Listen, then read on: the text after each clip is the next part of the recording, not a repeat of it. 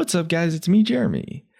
Wow, I gotta say it's been quite a while since I uploaded a video on this channel actually, a couple of months really. You know, I never really intended for the break from uploading to be this long, but I do have to be completely honest with you guys, I was just really burnt out making League of Legends videos, and I think the content I was uploading in the past month or two before I took the break really reflected that, and you know, I just was not happy with the content I was producing, and I needed to take some time away to revitalize myself creatively. You know, this was the longest break I've taken from uploading since I actually started this channel in August of 2012, but I took some time off, worked a bit on some of my other channels as well, and now I am finally 100% ready to come back with a fresh start. You know, no more bullcrap, just sit down, make some awesome videos for you guys. So I'm really sorry for the break, I'm sorry it was so long, but it's definitely for the best, and I hope you guys will enjoy the future content that we're making. So without further ado, let's get started.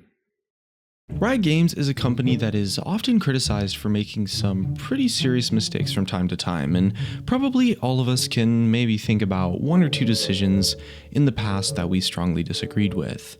But probably one of the more fascinating blunders they've made throughout the years is the way that Riot handled Shin.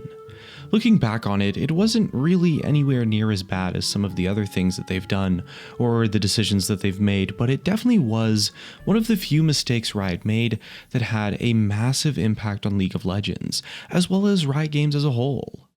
The story of Shin begins way back in 2013, when these following images and blueprints for a design were leaked of a new champion on a major Chinese League community website. Following a massive amount of community hype and excitement, Riot quickly released a post confirming that these leaks were completely true, and they announced a little bit of what their plans were for the character known as Shin, saying that although he wasn't going to be coming out anytime soon, he was someone that they were very excited about. Unfortunately, that dragon's development experienced delay after delay, and Shin was never released. And finally, in 2016, Riot announced Shin had been cancelled, for a variety of reasons, and that a new character named Aurelion Sol was going to take his place, and they apologized for the mistake and ended things on a bit of a positive note with the hopes that people could still be excited about Aurelion Sol instead.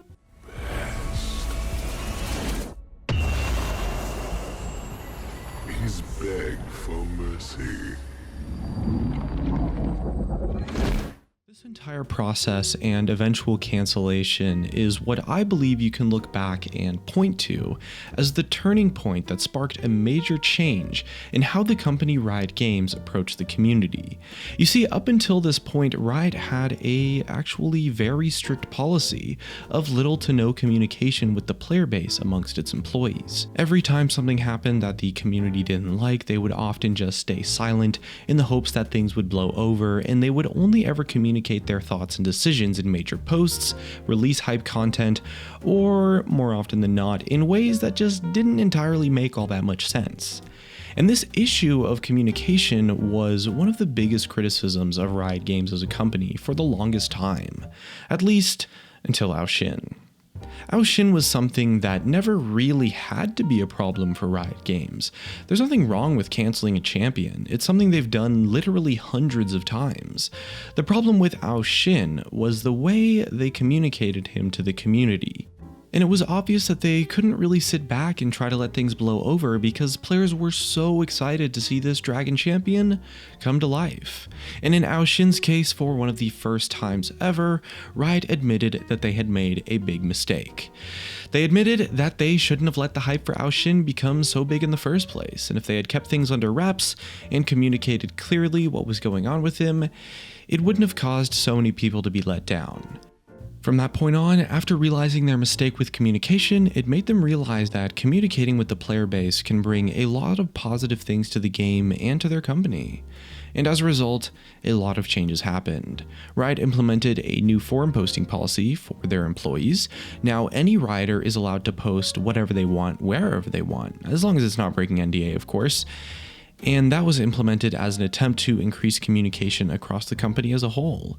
And there's been almost weekly blog posts, really, developer updates, forum posts, clarifications, weekly live streams, developer Q&As, and just all sorts of stuff for the sole purpose of communicating with the player base. And for just about every single change that happens to the game, there's a developer post somewhere outlining their thoughts. You can always find Riot Meddler on the forums talking about upcoming buffs or nerfs, or Riot Repertoire talking about the latest upcoming rework, or perhaps Riot Ghostcrawler talking about their plans for the future as a whole. They've also implemented other major communication policies within the company internally, and there's no doubt that compared to a few years ago, Riot's communication has become quite admirable. And communication for a developer, a game developer, any developer really, is something that breathes so much life and positivity into a game. Now we get to see constantly why things are being changed, or why something maybe isn't getting changed. We've gotten consistent updates on future content, as well as tons of posts, both major and minor, with the sole purpose of just explaining and outlining things to the community. Hopefully most of us can agree that Riot Games has become a lot better of a developer in the past year or so, past year and a half, with all of their major releases and updates and everything. They've still got, some ways to go and tons of improvements that could be made, but it's kind of crazy to think that Shin was the catalyst that got Riot Games heading in the right direction. As always, thanks for watching. All the posts and information I referenced can be found at links in the description, so feel free to check them out if you're skeptical of my information or just want to do some research on your own, and I'll see you guys next time.